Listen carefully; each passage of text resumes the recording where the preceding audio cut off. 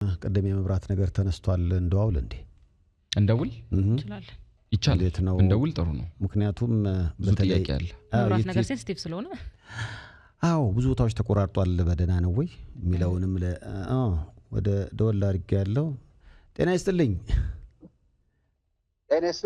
ሰላም ነው ወይ አንዋር እንዴት ነህ እንዴና ሰይፏችን አለን ይመስገን አምላክ የአድማጮች ጥያቄ ነው በተለይ መብራት ዛሬ በጣም ብዙ ቦታዎች ላይ ተቆራርጧል በሰላም ነው ወይ ተብላችኋል አዎ ልክ ነው በጣም ይቅርታ እንጠይቃለን አንዳንድ ቦታዎች ላይ የተቆራረጡ አካባቢዎች አሉ በጣም ለሁለት ምክንያት ነው ኃይል የሚቆራረጠው ብዙ ጊዜ አንደኛው አጠቃላይ የኃይል መቆራረጥን በዘላቂነት ለማስተካከል እንዲመቸን ጥራት ያለው ኤሌክትሪክ ለማዳረስ እንዲመቸን የኃይል አቅርቦትን ለማረጋገጥ ጥገና የሚያስፈልጋቸው ቦታዎችና አካባቢዎች አሉ እነሱን በተሻለን መጠን በጥሩ ሁኔታ ለማዳረስ በጣም ያልተስተካከሉ የነበሩ መሰረተ ልማቶችን ሪሃቢሊቴሽን እንላቸዋለን እነዚህ ሪሃቢሊቴት ለማድረግ ኃይል ምንጠግነው ምናስተካክለው ሁሉ ኃይል አቋርጠን ነው ስለዚህ ኃይል ሲቋረጥ ቀደም ብለን ወይ ደግሞ እንደ ትናንት እናሳውቃለን እንደ ትናንት ዘርዘር ያለ የት አካባቢ ለምን እናቋርጣለን እንዴት እናቋርጣለን መቼ ይመጣል የሚለውን ዝርዝር መረጃ በማህበራዊ ትስስር ገጾቻችን አንዳንድ ተጽዕኖ የሚፈጥሩ ሰዎች ደግሞ ያሉባቸው ሚዲያ ላይ የላክን ለማሳወቅ እንሞክራለን ለዛሬም ትላንት ማታ የለጠፍነው በተለያየ ሰዓት የሚመለሱ በተለያየ ሰዓት ደግሞ የሚጠፉ ዋናው ጉዳያችንና ዋናው ምክንያታችን ለጥገና ብለን ካሁን በኋላ እንዳይቆራረጥ መስመሮቹ እንደምታውቃቸው በጣም ረጅም ዘመን የቆዩ ናቸው ብዙ አመታት ናቸው እነሱን ሪሃቢሊቴት ማድረግ አለብን ማጠናከር አለብን እሱን ስናጠናክር ዘላቂውን መስመር ዘላቂውን መብራት ለማግኘት ያግዛል የሚል እምነት ስላለን ስለዚህ የተወሰኑ አካባቢዎች የተወሰነች ሰዓት ድረስ አቋርጠን እየጠገንን እያስተካከልን እንደሆነ መጥቀስ ፈልጋለሁ አካባቢዎቹ በርካታ ናቸው አስፈላጊ ከሆነ አነሳለሁ እሺ ምክንያቱም እስከ 9 ሰዓት ነው የሚለው አሁን 9 ሰዓት እየደረሰ ነው አንዳንዴ ግን በተባለው ሰዓት አይመጣምም የሚል ወቀሳል ያው እንግዲህ የህዝብ ግንኙነት እንደመሆነ መጠን ጥያቄዎቹን ላቅርብ ብዬ ነው አንዋር ልክ ነህ በጣም በነገራችን ላይ ትክክለኛ ጥያቄ ነው አንዳንድ መስመሮች በተባለባቸው ሰዓት አይመጡም ዋንኛው እኛ ጋር ያለው ቴክኒካል ምክንያት የነባሩ መስመር በጣም ያረጁ ስለሆኑ ነባሩ መስመሮች እድሜያቸው በጣም ከፍ ስላለ አዲስናቸው አስተካክለን መልሰን ስናገናኝ ሌላ ደግሞ ቦታ ይበላሻል እሱን ለማስተካከል መልሰን ትንሽ ሰዓት እንወስዳለን የተጠገነ መልሰን መታደሳቸው መስመሮች ልክ ኤሌክትሪኩን ስትቀጥለው የታደሰ መስመርና ደግሞ ያልታደሱ ነገሮች ሲመጡ መጠነኛ ቴክኒካል ችግሮች ይገጥማሉ እሱም መልሰን ለማስተካከል ትንሽ ሰዓታት እንወስዳለን የኛ ስህተት የኔም ጽፋት በየማምነው ለሱ ይቅርታ መጠየቅ አለብኝ ለሱ ማሳወቅ ነበር እንደሱ አለማረጋችን በጣም ይቅርታ እንጠይቃለን ቱ ዘ ማክሲመም ግን ካልነበት ሰዓት ገፋ ቢል 1 ሰዓት ነው ማክሲመም እያጠፋን ያለ ነው እሱም ግን ትክክል አይደለም ስህተት ነው የዛሬውንም አሁን በኋላ ያለውንም በተቻለን መጠን ደንበኞቻችንና ኢትዮጵያውያን የኢትዮጵያ ኤሌክትሪክ አገልግሎት ይፋዊ የፌስቡክ ገጽ አለው ቴሌግራም አለው ዛሬ የሚቋረጡ መስመሮች ስንት ሰዓት ላይ ይቋረጣሉ ስንት ሰዓት ላይ ይመጣሉ የሚሉትን እንደ ትናንት አመሻሽ ላይ እንለጥፋለን በጣም ከዘገየን ጠዋት እንለጥፋለን እና ደንበኞቻችን ሶሻል ሚዲያችንን ወይ ደግሞ የማህበራዊ ትስስር ገጾቻችንን ቢያዩዋቸው ቀድመው ለመዘጋጀት ያግዛል ብለን እናምናለን ይህን ሁሉ ግን የምናደርገው ለጥገና የምናቋርጠው በዘላቂነት ጥራት ያለው ኤሌክትሪክ ለማዳረስ እንዲመቸንና እንዲመቸን ብለን ብቻ እንደሆነ ደንበኞች ቢረዱን ደስ ይለኛል ለአሁኑም እስከዛሬውም ለወደፊቱ ይቅርታ መጠየቅ ግን ያስፈልጋል ዛሬ አሁን በየትኞቹ አካባቢዎች ነው በጣም በተለይ መብራት መቋረጥ የሚያጋጥማቸው ቦታዎች ትናንት ነው የለጠፍነው። ቀደም ብዬ እንዳልኩ የጥገና ስራ ለማከናወን በአዲስ አበባና ሸገር ከተሞች የኃይል አቅርቦት የምናቋርጥባቸው ወይ ደግሞ የተቋረጡባቸው አካባቢዎች አንደኛው የተለያየ ደቂቃና ሰዓት ስላለ እሱንም ሰዓት እየጠቀስኩ ብሄድ ደስ ይለኛል። ጠዋት ከ2 ሰዓት እስከ 9 ሰዓት በጳውሎስ ሆስፒታል አካባቢ በሩፋኤል ቤተክርስቲያን በሰሜን ማዘጋጃ በሸጎሌ ይዞ መንደር 7 የሚሄድ አካባቢ አለ። ጠዋት ደግሞ ከ2 ሰዓት ከ30 እስከ 10 ሰዓት ደግሞ አዲስ ህይወት ሆስፒታል እስከ ካሳንችስ አካባቢ አለ። ጠዋት እንዲሁ በተመሳሳይ 2 ሰዓት ከ30 እስከ 9 ሰዓት እስከ 9 ከ30 በለገጣፎ ከተማ በለገዳዲ አካባቢ የሚጠፉ አሉ። ጠዋት ከ2 ሰዓት ከ40 እስከ 9 ሰዓት ከ30 ደግሞ በአይካዲስ ጀርባ ያሉ ኢንዱስትሪዎች አለም ገና የፉሪ ሬዲዮ ጣቢያ አካባቢ ያው እናንተንም ይነካል ብዙ ሬዲዮ ጣቢያ ይነካል አካባቢ እስከ 9:30 ነው ያልነው። ረፋት ደግሞ 4 ሰዓት ጀምሮ እስከ 8 ሰዓት ደግሞ የሚጠፋባቸው እንዳሉ ነው የምናውቀው። የተወሰኑ ደቂቃዎች አሏቸው እዚህ አካባቢ ቃሊቲ ኢንዱስትሪ አካባቢ ብቻ ነው እዛ የሚጠፋው። እስከ 9 ሰዓት ከ30 አትላስ ሆቴል በሻላ መናፈሻ ደሳለኝ ሆቴል ጀርባ አካባቢ ያሉ ይጠፋሉ። እነዚህ በሸገርና በአዲስ አበባ ዙሪያ ላይ የሚጠፉ ዋና ዋና ቦታዎች ናቸው ለዛሬ። በእርግጠኝነት እነዚህ አካባቢዎች ደግሞ ታድሰው በተደጋጋሚ ጥርት ያለ ነገር ሲመጣ በእርግጠኝነት የኃይል መቆራረጥ አይመጣም ብለን እናምናለን። በነገራችን ላይ ሳይፈሻ አዴል የሚባል አንድ ትልቅ ፕሮጀክት አለ። ጥራት ያለው ኤሌክትሪክ ለማዳረስ በመላው ሀገሪቱ በተለያየ ምዕራፍ ኃይል መስመሮቹን ፖሎቹን ይሄ የእንጨት ምሰሶዎቹን እነሱን ሁሉ የምናድስበትና የምንቀይርበት እዛ ውስጥ ለአዲስ አበባ ብቻ ተነጥላ በ4 ምዕራፍ ነው እየሰራን ያለን።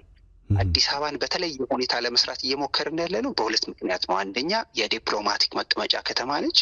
ሁለተኛ ደግና ጥሩና መጥፎ የምናገኝበት እዚህ ነው። ቻሌንጁንም ውጤቱንም የምናየው እዚሁ ነው። ዜን ወደ ተቀሩት ለማስፋት ያግዘናል። አዲስ አበባ ላይ 4ኛ ምዕራፍ ላይ ትገኛለች የመብራት መቆራረጥ። በደንብ ካስተዋልክ ኃይል መቆራረጡ ትንሽ ቀንሷል አይደል? ይታያል፣ ያስታውቃል። አንዳንዴ እንደዚህ የምናጠፋው 4ኛውና የመጨረሻው ሪሃቢሊቴት የምናደርግበት ወይ ደግሞ መስመሮቹና ፖሎቹን መልሰን የምናድስበት የመጨረሻው ምዕራፍ ላይ ነው ያለነው። እሱን ካጠናቀቅን በኋላ አዲስ አበባ ለጥቅስ የሚበቃ ከተማ የማድረግ ኃላፊነት ነው ያለን እና በሱ ምክንያት ነው እያጠፋን ያለ ነው ማለት ፈልጋለሁ። ደንበኞቻችንም እናንተንም በጣም አመሰግናለሁ። በጣም ይቅርታ ደግሞ ጠይቃለሁ። እሺ፣ 1-2 ጥያቄ መተውልሃል። አንደኛው ያው እንግዲህ የኢትዮጵያ ኤሌክትሪክ አገልግሎት ህዝብ ግንኙነት እንደመሆነ መጠን በፊት 500 ብር መሞላውን አሁን እስከ 1500 አካባቢ የታሪፍ ለውጥ መጥቷል ወይ አይነት አስተያየት መጥቶልሃል? ምናልባት የታሪፍ ለውጥ አለ ነው? የታሪፍ ለውጥ የለም። ከታሪፍ ጋር የተገናኘ ነገር ጠቅለል ብሎ የዛሬ ኦልሞስት 2017 መግቢያ ላይ አናውንስ የተደረገ የታሪፍ ማሻሻያ እንዳለ ይታወቃል። በተቻለን መጠን ታሪፍ በደንብ የኢትዮጵያ ኤሌክትሪክ አገልግሎት ደንበኞቹን በታሪፍ በ7 ካታጎሪ ነው የሚመድበው። ስለዚህ በ7 ካታጎሪ የሚመድባቸው ደንበኞቻችን ላይ ታሪፍ የተቀመጠው አንዴ ነው። አንዴ ግን የተቀመጠው ታሪፍ የ2017 የተቀመጠው ታሪፍ በአንድ ጊዜ ደንበኞቻችን ማስከፈል የኑሮ ጫናው በጣም ስለሚፈትን ስለሚያስቸግር አንዴ መከፈል የነበረበትን በ4 ዓመት በየ3 ወሩ በጣም ፍራክሽን ኦፍ ሳንቲም እየጨመረ ብቻ ነው የሚሄደው። እሱም የዛሬ 2017 መጀመሪያ ላይ አናውንስ ተደርጎ ምን ያህል እንደሚጨምር ይታወቃል። ይህን ሁሉ ስልህ በታሪፍ ካታጎሪ በደንብ ታየኸው አንደኛ የኢትዮጵያ ኤሌክትሪክ አገልግሎት ደንበኛ አሁን 5.5 ሚሊዮን ደርሷል። አባወራ ማለት ነው። ያው አንድ ቤተሰብ ወይ ደግሞ አንድ አባወራ ወይ አንድ ማወራ ሚኒመም 5 ቤተሰብ ቢኖራቸው ማስላት ትችላለህ ምን ያህል ሰው ኤሌክትሪክ አግኝቷል የሚለውን። 90% የሚሆነው ደንበኛ የሚያርፈው የመጀመሪያው ካታጎሪ ላይ ነው። የመጀመሪያው ካታጎሪ ማለት ከ0 እስከ 50 ኪሎዋት ብቻ የሚጠቀሙ ናቸው። 50 ኪሎዋት የሚጠቀሙት ደግሞ ከታሪፍ ነፃ ናቸው። ኤሌክትሪክ እንደሌላው ኮሞዲቲ አይደለም ሰይፍሻ። ለምሳሌ ሱቅ ሄደህ 1 ኪሎ ስኳር ብትገዛ 100 ኪሎ ስኳር ብትገዛ ዋጋው እኩል ነው። በኪሎ የሚያስከፍልህ ዋጋ ተመሳሳይ ነው። ኤሌክትሪክ ግን እንደዛ አይደለም። ኪሎዋቱ እያደገ ሲመጣ ክፍያውም እያደገ ነው የሚሄደው። በጣም ብዙ ደንበኞች የሚያርፉት የመጨረሻው ወይ ደግሞ ከ0 እስከ 50 ኪሎዋት የሚጠቀሙ ደንበኞች ኢትዮጵያ ውስጥ ካሉን ደንበኞች 90% የሚሆኑት ከ0 እስከ 50 ኪሎዋት የሚጠቀሙ ናቸው። ልክ 100 ኪሎዋት ስትጠቀም 50 ኪሎዋት ላይ ስትጠቀምበት የነበረው ፕራይስ ትንሽ ይጨምራል። በባህሪው እንደዛ ነው።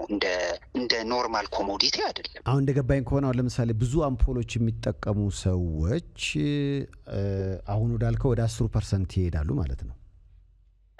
ከፍ እያለ ይሄዳል። የመጀመሪያው ፐርሰንት በ7 ክፍልፋይ አለ አይደል? የመጀመሪያው ክፍልፋይ ከ0 እስከ 50 ኪሎዋት የሚጠቀሙ አሉ። ከ50 እስከ 100 የሚጠቀም አለ። ከ100 እስከ 200፣ ከ200 እስከ 300፣ ከ200 በታች ከ200 ኪሎዋት በታች የሚጠቀም ደንበኛ በሙሉ ቫት አይከፍልም።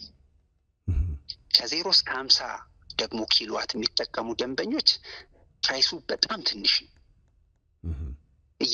ከፍ እያለ ሲመጣ በደንብ ካስተዋል ከአንዳንድ ቤት እኔ 3 ፌዝ ነው የምጠቀመው ይላሉ አይደል? 3 ፌዝ ማለት ከ300 ኪሎዋት በላይ እየተጠቀሙ ነው ማለት ነው። ፕራይሱም ከፍ እያለ ማለት ነው። ቢያንስ ምጣድ አላቸው አይነት አይ ትልልቅ የሚያንቀሳቅሷቸው የላይፍ ስታንዳርዱም አብሮ እያደገ አይደል የሚሄደው? ዝቅተኛ ገቢ ዝቅተኛ ኑሮ ያለውን ኢትዮጵያዊ አይጎዳም። የ50 ያላቸው ከሆነ እነዛ ግን ፕራይሱ እኩል መክፈል የለባቸውም ማለት ከ0 እስከ 50 የሚጠቀምም 300 ኪሎዋት የሚጠቀም እኩል ከከፈለ አስቸጋሪ ነው የሚሆነው። እነዚህን ሁሉ ተጠቅልለው በካታጎሪ ነው የሚቀመጡት። በካታጎሪ ሲቀመጡ የፕራይስ የታሪፍ የምናምን ለውጥ የሚባል ነገር በፍጹም አላረግንም። አንድ ጊዜ ነው ያረግነው። ያም አንድ ጊዜ ያረግነው አንዴ ከማስከፈል እየቆራረጡ ማስከፈል ጥሩ ነው ብለን ነው። አንድ ዳታ ልንገርህ በዚሁ። ለምሳሌ የኢትዮጵያ ኤሌክትሪክ አገልግሎት ኃይል የሚገዛው ከኢትዮጵያ ኤሌክትሪክ ኃይል ነው። የኢትዮጵያ ኤሌክትሪክ ኃይል እና የኢትዮጵያ ኤሌክትሪክ አገልግሎት የሚባሉ 2 ተቋማት አሉ።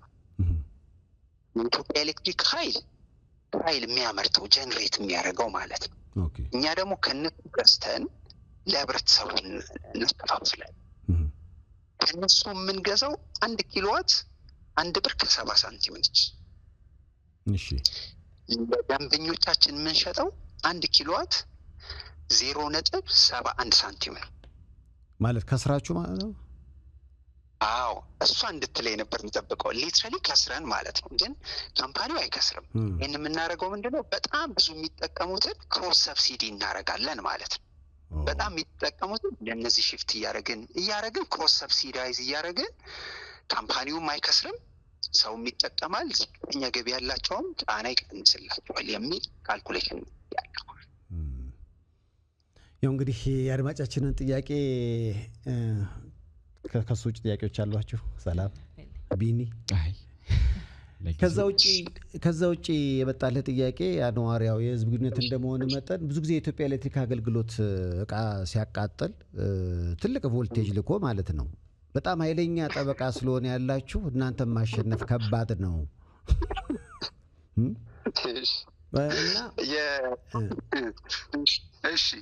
እና ምንድን ነው ማለት አሁን ለምሳሌ በኃይል ቲቪዎች ይቃጠላሉ ወይ የተለያዩ ኤሌክትሮኒክስ ምርቶች ይቃጠላሉ በቤት ውስጥ፣ ግን እሱን ለማሰራት የሚወስደው ጊዜ በጣም ረጅም ነው። በዚህ ላይ ደግሞ አንዳንዴ ወደ ክስም ሲሄድ ጉዳይ ማሸነፍ አንችልም የሚሉ ስሞታዎች እንሰማለን።